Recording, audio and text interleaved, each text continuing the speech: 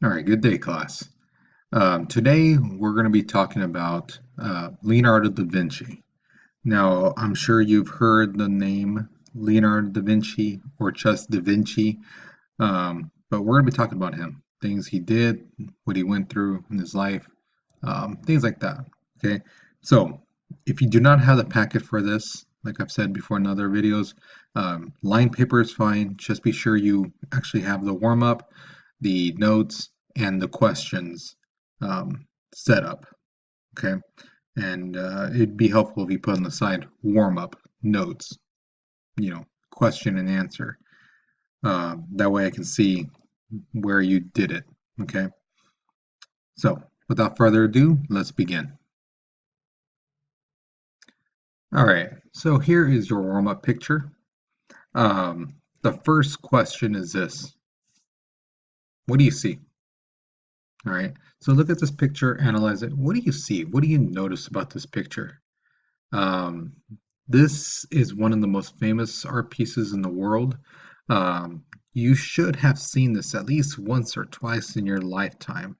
Maybe not front, face to face, but at least in like movies or in pictures and posters, whatever. Um, so you should have an idea of who this person is. If you haven't, that's okay. But you really should know who this person is. The second part of the question is this: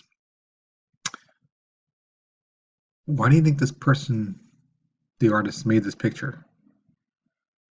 All right. Why do you think they did? Do you think it was a portrait of somebody? Do you think that some people believe the person who painted this was actually painting themselves as a woman? Um, do you think this painting was made for maybe like a person that this person cared about, the artist cared about? Or you think they were struck by their beauty? Or what do you think? Okay, so that'd be your second part. Why do you think this artist made this painting? Okay, so go ahead, write it out. Again, remember, you can always pause these videos. You can go back and things like that. Okay, so all right. So the person we're going to be talking about today is Leonardo da Vinci. He was born in 1452. He died in 1519. The thing is, his parents had him out of wedlock. Okay, they were not married. He did have other half brothers and sisters, things like that, from both sides, his mom and his dad. The thing about Da Vinci, though, is that he is considered a genius in his work, but he really didn't have any type of formal education. Um, he knew how to read, he knew how to write, and he knew math, but that's about it. He didn't really have, like I said, a formal, true education in the sense of the word. He didn't really go to a science class, an art class, things like that. Um, but the thing is, at 15 years old, his father recognized, this he has a talent when it comes to art, and so he got an apprenticeship. All right, not apprenticeship basically means you are uh, basically working with somebody. You're watching a master at their work, and then you're learning from them. All right. Now, the guy he was watching and learning from was a very, very famous sculptor and painter named Andre del Verrocchio. I probably killed that name, probably said it wrong, but oh well. Now, this was about 1467 that he was under his apprenticeship, and about 11 years later, Da Vinci started becoming his own master. He was already good enough that he could be on his own and get commissioned work. Um, so about 4 years later, that's what happened. He got his first commissioned work. The problem is, Da Vinci, he never really finished it. All right. Now, when I say finished it, I mean like he didn't complete it completely. It was done, you know, for the most part, but to Vinci it was not done. And you will see this come up time and time again with Da Vinci. He does a lot of stuff, but he doesn't actually finish it. Um, and again, we'll get to that later on. All right. Now, Da Vinci goes to this town called Milan, serving under this particular clan, the Forza, I'm sorry. Um, and there he was basically an engineer, a painter, a designer of the festivals, a sculptor, an architect, things like that. He was a jack of all trades. Now, one of the things that was asked from him was to create a 16-foot um, bronze statue of a horse to honor the head of the clan. His name was Francisco Forza. Now, Da Vinci's like, yeah, I can do that. Yeah, no problem. I can do that. No problem. The thing is, he worked on it and then he stopped. He worked on it, stopped. He did that off and on for about 12 years. All right. Now, imagine making a model of a 16-foot horse. Okay. Um, Now, if you look to the picture on the right, that's a sketch of Da Vinci's horse. All right. Um, it's a beautiful, beautiful sketch. Now, the thing is, uh, it was basically the model, the clay model was done. And in 1493, he was ready for display. Now, if you remember, they wanted it to be bronze. Okay. But the thing is, in Milan, they were basically about to be taken over by the French. Now, the people in Milan, the clan people, are like, you know what? Hey, they're telling the French people, you know, take this bronze as tribute so that you can leave us alone. All right, now the French are like, okay, so they take the bronze and they basically make cannonballs out of it, and then they shoot it back into the city. Okay, um, so that's like basically somebody going, hey, here's some lead and things like that, you know, as tribute. And it's someone using that lead to make bullets out of it, and then they use it against those people. That's basically what happened. So that bronze that was supposed to be used for the statue ended up being shot right back at them, literally. Um, and the thing was, the clay model was destroyed um, due to the war.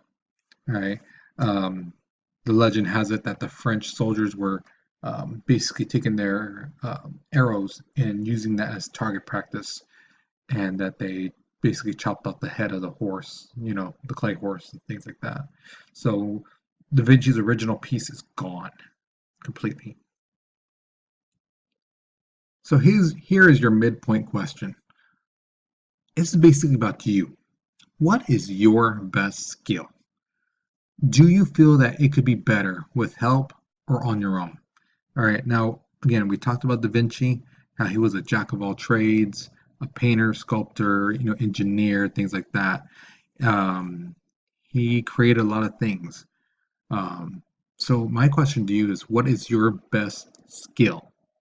All right, is it art? Is it making music? Is it sports? I mean, what is your best skill? Okay, so or talent.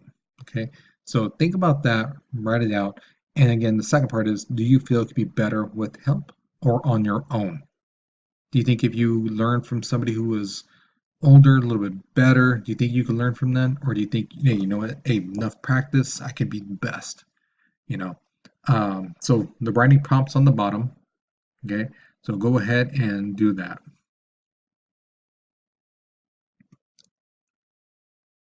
All right. So there are very few paintings and sculptures that actually survived from Da Vinci's time.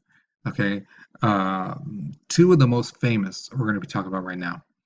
The one that really, really um, resonates and jumps up, and thanks to particular movie called The Da Vinci Code really shot it into fame again.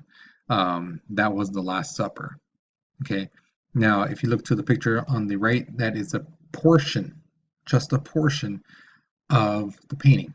And it took about 3 years to complete.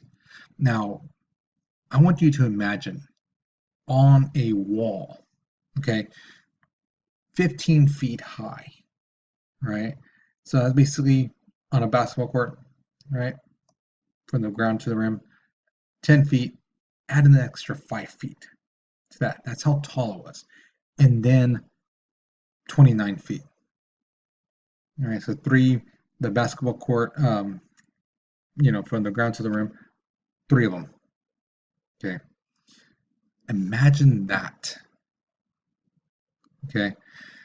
That's how big the painting is. It's huge. If you look online, you can see it in contrast with how people look compared to it, and it's pretty impressive, right? The other picture that is world renowned is the warm-up picture we had today, which was the Mona Lisa. Now, it took him 4 years to complete it. Now, when I say complete, I use the quotation thing complete because he never really truly finished it. He always worked on it here and there, things like that. It's like he never perfected it, and I guess that's what he wanted, to perfect that painting. He never gave it away, and basically he kept it with him until he died. Um, Now, the origin of it is debatable, to say the least. Um, it was originally called La Gioconda, right? And not the Mona Lisa. Now, the reason they call it the Mona Lisa is because some people believe that it was a picture of this lady named Mona Lisa Gir- Girardini. Your guess is as good as mine. She was a courtesan, and that he was actually commissioned to basically paint this portrait of her. Now, the other type of myth is that it's actually a painting of this girl named Lisa del Giogondo, right? Uh, Now, again, remember it's originally called La Giogondo or Giogonda. So Giogonda, maybe. And this girl was the daughter of a merchant named Fernando del Giogondo. Okay. Whether which one is right, again, and like I said in the very beginning of the warm up, some people think that that was actually a painting of Da Vinci of himself as a woman. It's up to you to what you want to believe, but you know, there's so many theories out there. Okay, but just know this: it's world renowned. It's an amazing piece of art, and Da Vinci never really finished it. So you can just imagine how much better, I hate to use that word, it could be if Da Vinci actually finished it.